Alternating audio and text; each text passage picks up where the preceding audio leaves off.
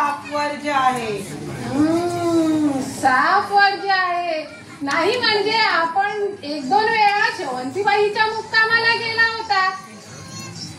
सहज आपली चव घेण्यासाठी थोडस खा. आमच्या भोत्राला हात घातलास की तू. तसं नव्हे सरकार, मी तुमचा सेवक. आता सेवकाला काही गोष्टी ठाऊक असतात. ओठावर आलं इतकंच. आता माझं तोंडही बंद आणि ओठही बंद, कारण मी तुमचा इमानी सेवक.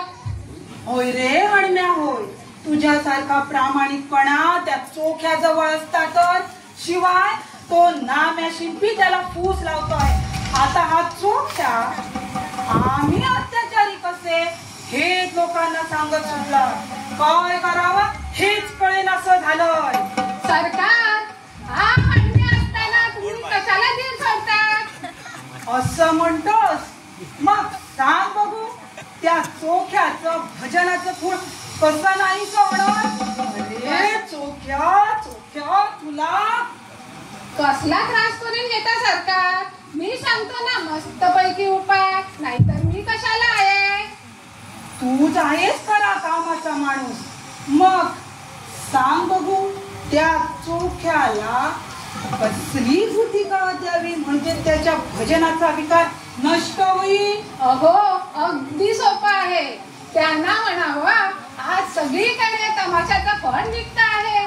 तुझ्याजवळ उत्तम कवित्व आहे, त्याचा सदुपयोग कर. तमाशाचा फळ उभार, उत्तम कमाई करशील. सुंठी वाजून खोकला जाईल सरकार.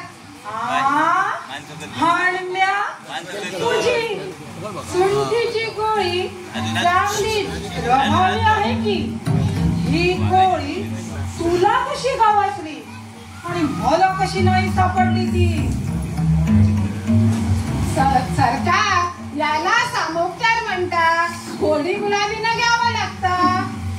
गोडी गुलाबीनं चोखावाचा बंदोबस्त होत असेल तर आम्ही गोडी गुलाबीनाच घेऊ. शिवाय त्या नाम्यालाही चांगली अत्तलकडे. शाबास हणम्या शाबास. आम्ही तुला चांगलं इनाम देऊ बरं का?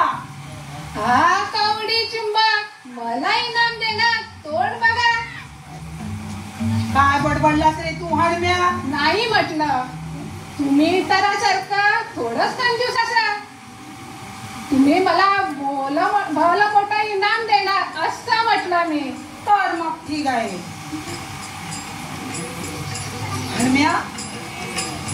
हणम्या, आम्हाला त्या चोखोबाच्या भजनातील गजर आता ध्वनी ऐकू येतो आहे.